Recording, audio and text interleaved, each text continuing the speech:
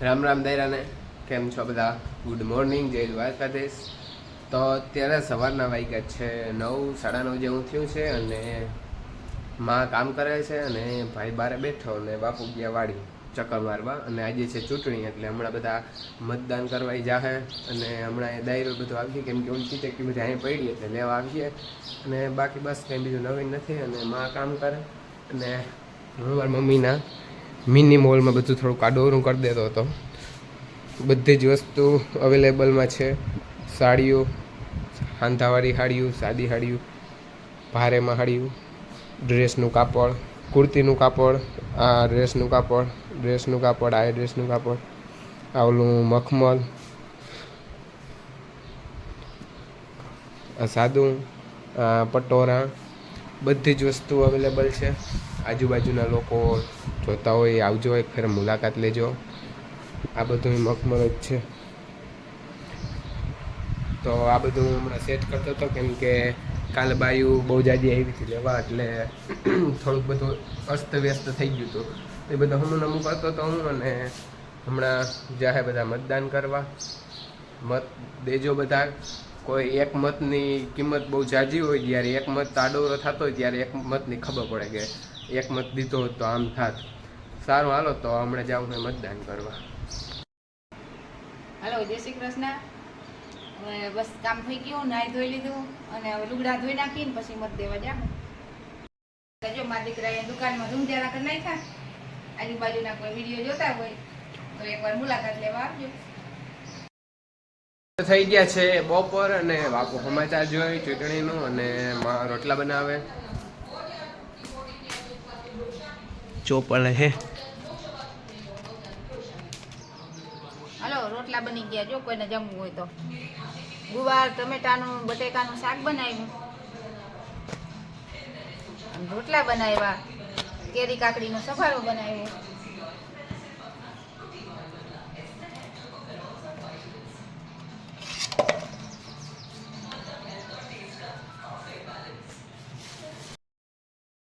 મતદાન માટે આવી ગયા છે રાજભાઈ ને એ પણ ખંભાળીએથી. આ બાબા કરી આવ્યા મતદાન. આંગળી દેખાડ દો બાબા. હા, પર્વતભાઈ કરી આવ્યા. આંગળી દેખાડ દો. આને બાકી છે હજી. આંગળી દેખાડ દો.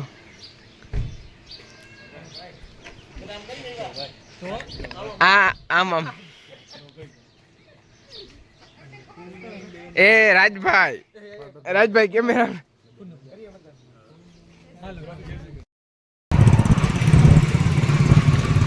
હાલો રાજભાઈ મતદાન કરવા. બીજેપી. મતદાન અમે કરી આવ્યા છે અને બસ હવે ગાય દોવાનો ટાઈમ પર થઈ ગયો છે. જો મતદાન હા, આંગળી દેખાડી દો. हमने मत कर दिया. अभी मीरा का मिल्किंग का टाइम हो गया है. चलो तो हम मिल्किंग कर लेते हैं अभी.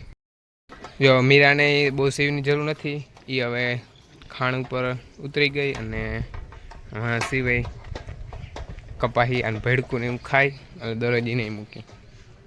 થોડુંક રહેવા દીધું હવે સિવાય.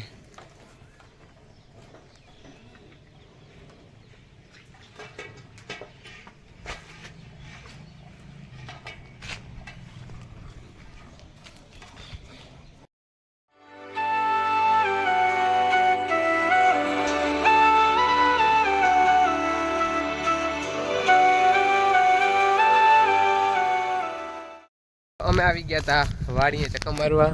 મસ્ત હમણાં સનસેટ થઈ જશે અને ટમેટા પાક્યા હતા. મેં કીધું થોડાક ટમેટા ખાઈ. અને હવે તલ સુકાઈ ગયા છે એટલે 1-2 દીમાં એ ખખેરવાના થાય.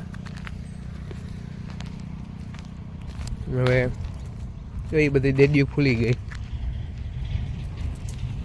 હવે એને ખખેરવાના થાય 1-2 દીમાં.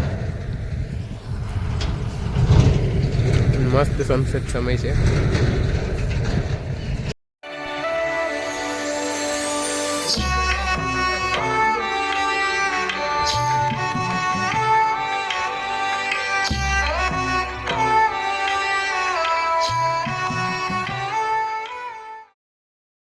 રામ રામ દાયરાને ગુડ મોર્નિંગ. સ્વાગત છે તમારું એક નવા દિવસે અને વ્લોગમાં. તો આજે બ્લોગ ડાયરેક્ટ કર્યો ચાલુ વાળીએ અને અત્યારે વાગ્યા છે 8 અને આજ તો વરસાદ જેવું વાતાવરણ છે એટલે છાંયો છે, કામ કરવાની મજા આવશે. આજ તલની ઓઘડિયું હારવાની છે ને ઢગલો કરવાનો છે અને સનેડા ને ટોલીથી હારવાની છે એટલે વાંધો નહીં આવે ને કદાચ થાકી નહીં. અને આજ બીજું કંઈ ખાસ છે નહીં એવું. આજ તો હાવ વાદળ છે જ વાતાવરણ છે, તડકો છે નહીં. જોઈ કેટલાક વાગ્યાથી વાદળ છે એવું વાતાવરણ રહીએ. જ્યાં ડોલરની મસ્ત સુગંધ આવે.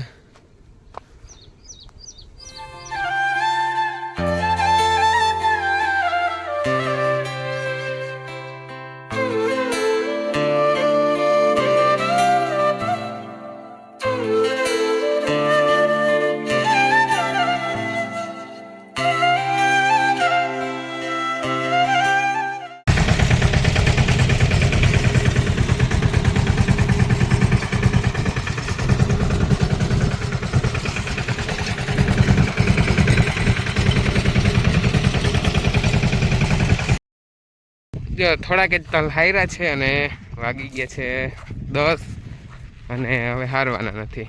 આ પહેલાં ઓઘડિયું કરેલ હતી એટલા જ હારવાના હતા અને અહીં લાઈન બધી પડી હતી. એવા ઘેર સનેડો ભરીને મૂકી આવ્યા અને બસ હવે ઘેર જવા માટે નીકળવું. ચા પાણીનો ટાઈમ થઈ ગયો, ચા પાણી પી લઈ અને તડકો પણ થઈ ગયો. જો મીરાને નાખીને પાઈ દીધી અને નાખી દીધું પાછું અને આને પવાઈ ગયું, નખાઈ ગયું. માં કરે વાહિંદા. હલો જય શ્રી કૃષ્ણ. હાલો વાહિંદા હાલે. જો પછી બાયું આવે ને પછી તડકાના આટણામાં કરવા પડે વાહિંદા. ગરમીથી રેપ જેપ થઈ ગયા વાહિંદા હાલે. અને મારો શિવો અહીંયા ખાવામાં બિઝી હતો. શિવા હજી તડકો છે ફૂલ અને અમારે જવું છે વાડીએ.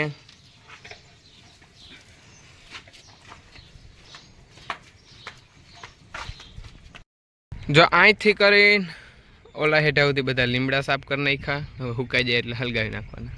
અહીંયા પારો એટલો બધો ચોખ્ખો કરી નાખ્યો અહીંથી છે તો ઓલા અમે બાવડાવતી.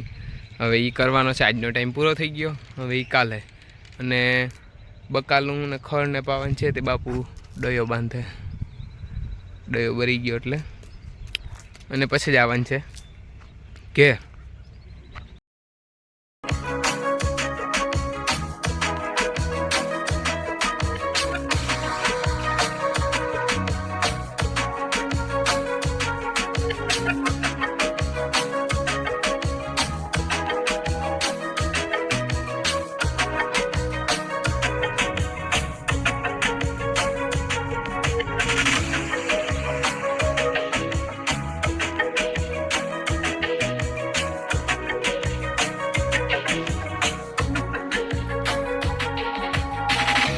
આ બ્લોગ હવે આપણે અહીંયા પૂરો કરીએ.